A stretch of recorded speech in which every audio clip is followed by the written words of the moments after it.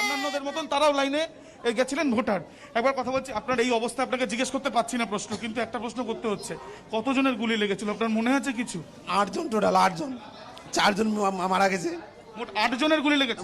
8 জনের গুলি লেগেছে। আর 4 জন? 4 জন এখন আছে, ওখানে আসতেছে ওরা। এখানে তো 3 জনের মৃতদেহ আমরা দেখতে পাচ্ছি। 4 জনের মৃত্যু আছে, 3 জনের আছে। একজন আসতে, আরো একটা নিয়ে আসতেছে এলাকা থেকে।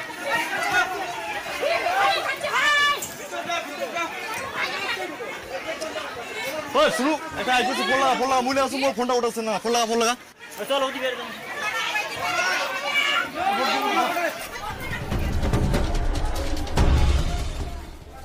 শান্তিপূর্ণভাবে ভোট দিতে গেছিল, সেখানে কেন্দ্রীয় বাহিনী এদের গুলি করে মেরে দেয়। এখনো পর্যন্ত কতজন জখম?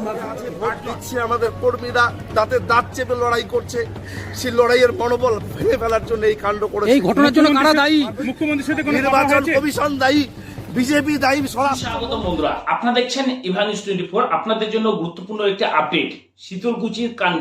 2021 বিধানসভায় কিন্তু 4টা তরতাজা প্রাণ চলে যায় 1 ঘন্টার মধ্যে। শীতলকুচি 126 নং বুথে আমতলী মাধ্যমিক শিক্ষা কেন্দ্রে কিন্তু এই যে 4টা তরতাজা প্রাণ, কেউ বা ভোট দিতে গেছে, সর্বপ্রথম তার ভোট দিতে গেছে, কেউ বা কারো বয়স ছিল 21, কারো বয়স ছিল 25, কারো বয়স ছিল 24। একদম যুবক ছেলে চলে গেছে আমাদের কাছ থেকে। বন্ধুরা, যাদের পরিবার থেকে হারিয়েছে, যাদের পরিবার হারিয়েছে, তারা জানে এর কি যন্ত্রণা।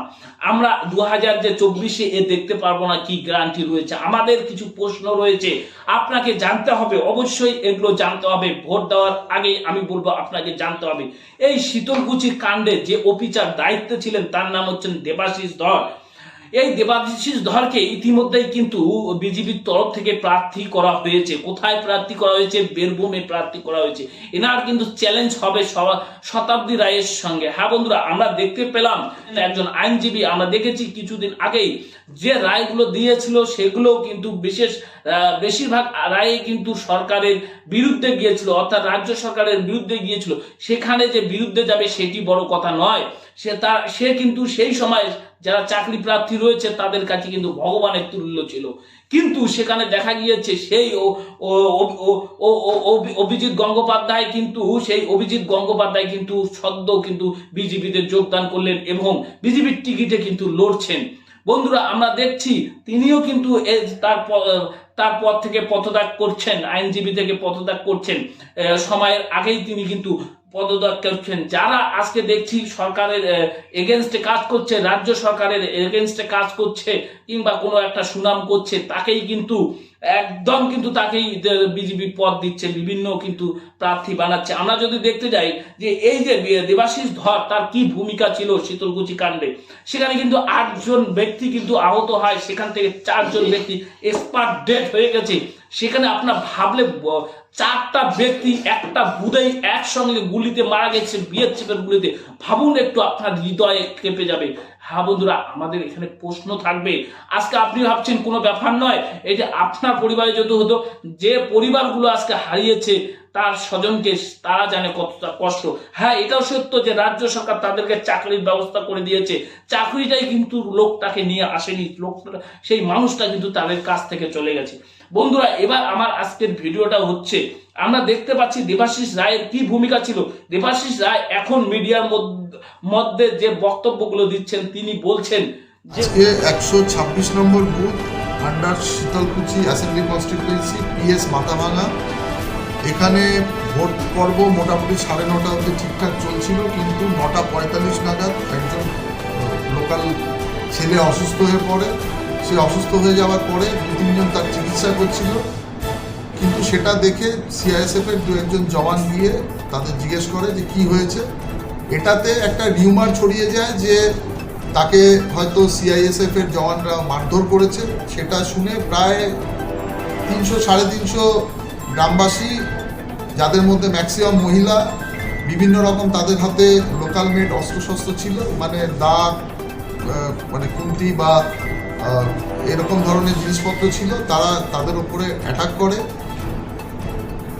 সঙ্গে যে হোমগার্ড ছিল তারও আঘাত লাগে, এবং বিশেষ করে সেই সময় তাদের অস্ত্রশস্ত্র ছিনিয়ে নেওয়ার একটা সম্ভাবনা প্রচণ্ডভাবে চলছিল। তারা তাদের সেই খুব আশেপাশেই কিউআরটি টিমটা ছিল, তারা রিইনফোর্সমেন্টের জন্য ডাকে। সেই সময় একটা তুমুল মারপিট বেঁধে যায় এবং মারপিট বেঁধে যাওয়ার পরে এমন একটা পরিস্থিতি মানে সৃষ্টি হয় যেখানে ব্যালট ইউনিটও ছিনতাই হয়ে যাওয়ার ব্যাপারটা চলে আসে।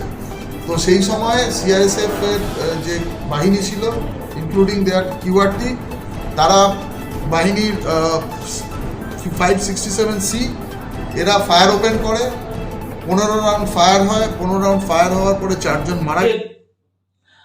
সেখানে একটা বাচ্চা অসুস্থ হয়, মুখ দিয়ে গোল্লা আসতেছিল, সেখানে কিন্তু গোল্লা আসতেছিল, সেখানে যারা বিএসএফ কর্মী ছিল 2-4 জন গিয়ে জিজ্ঞাসাবাদ করে, তৎক্ষণাৎ তার সেই বাচ্চাটাকে হসপিটালে পাঠানো হয়। সেই বাচ্চাটাকে যখন হসপিটালে পাঠানো হয়, তারপরে যারা সেই এলাকার লোক থাকে, পার্শ্ববর্তী লোক থাকে, তারা মনে করে বিএসএফের কোনো আহতই কোনো কারণেই সেই বাচ্চাটা আহত হয়েছে, সেই জন্য তাকে নিয়ে হসপিটালে পাঠানো হলো। এবং পাড়া প্রতিবেশী যারা রয়েছে, ওই বুথ কেন্দ্রের যারা রয়েছে, তারা কি করে, বেশিরভাগ মহিলাই এখানে কিন্তু সেই অফিসারেই কিন্তু দায়িত্বভার অফিসারেই কিন্তু আইপিএস কিংবা বলুন এসপি কিন্তু দেবাশিস ধর কিন্তু নিজের মুখেই বলছেন, বেশিরভাগই মহিলা কিন্তু সেখানে আসছিল হাতাকন্তি লাকড়ি নিয়ে। সেই লাকড়ি দিয়ে কি বিএসএফকে মারা যেত না আহত করা যেত? সেজন্য তাকে কি 4টা গুলি করে মারা যাবে? এখানে কিছু সিআইডির প্রশ্ন রয়েছে বন্ধুরা, আপনারা যদি জানেন এখানে আপনাদের মাথা ঘুরে যাবে। গন্ডগোলের সময় ঘটনাস্থলে তিনি ছিলেন না, কিন্তু সিআইডি এখানে কে ছিলেন না, সেই দেবাশিস ধর কিন্তু ছিলেন না। কিন্তু সিআইডি সিট গঠনের পর গত 17 মে সিটের আধিকারিক শীতলকুচি ঘটনাস্থলে পরিদর্শন করেন সিআইডি। তদন্তে উঠে আসে গুলি বুথের বাইরেও শুধু চলেনি, এমন নয়, বুথের দিকে তাক করেও গুলি চলে। হ্যাঁ বন্ধুরা, শুধু উনি যে দাবি করেছেন বুথের বাইরে এই বাচ্চাটা অসুস্থ হয়েছে, তাহলে বুথের ভিতর কি করে গুলিটা চললো? এখানে প্রশ্ন থেকেই যাচ্ছে, যার ফলে বুথের দরজা ভেদ করে বুথের ভিতর ব্ল্যাকবোর্ডে গিয়ে লাগে গুলি। এখানে দেখুন সিআইডি যেটা দাবি করছে যে বুথগুলোতে চলছিল ভোট, সেই বুথে কিন্তু কি হয়েছিল, গুলি করা হয়েছিল। সেই বুথের যে দরজা আছে সেটাতে গুলি ভেদ করে গিয়ে, যে আমরা জানি প্রত্যেকটা স্কুলে ব্ল্যাকবোর্ড থাকে বাচ্চাদের শেখানোর জন্য, সেই ব্ল্যাকবোর্ডে গিয়ে কিন্তু গুলি লাগে। এটা কিন্তু রাইফেলের গুলি, যা প্রমাণিত হয়েছে। যার ফলে বুথের দরজা ভেদ করে ব্ল্যাকবোর্ডে গিয়ে লাগে। সেক্ষেত্রে খতিয়ে না দেখে তদন্তের আগেই একজন এসপি হিসাবে উনি কি করে বলে দিলেন আত্মরক্ষার্থে কেন্দ্রীয় বাহিনী গুলি চালিয়েছে?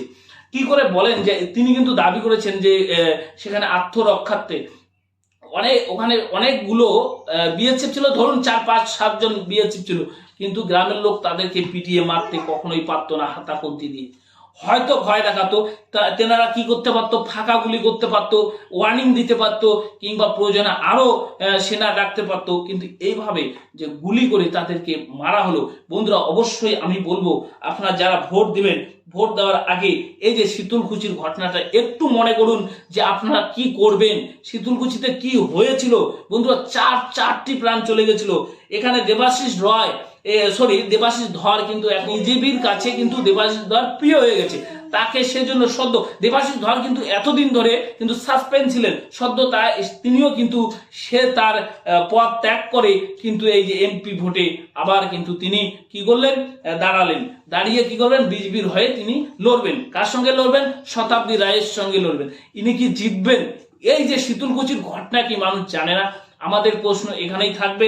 আপনারা যারা ভিডিওটি দেখলেন তারা অবশ্যই কমেন্ট বক্সে লিখবেন। আমাদের আজকের যেটা প্রশ্ন ছিল, আমরা দেখতে পাচ্ছি যাদেরকে আমরা দেখছি যে বিজেপির হয়ে কথা বলছে কিংবা তৃণমূলের বিরুদ্ধে কথা বলছে, তাদেরকেই বিজেপি টেনে টেনে নিচ্ছে।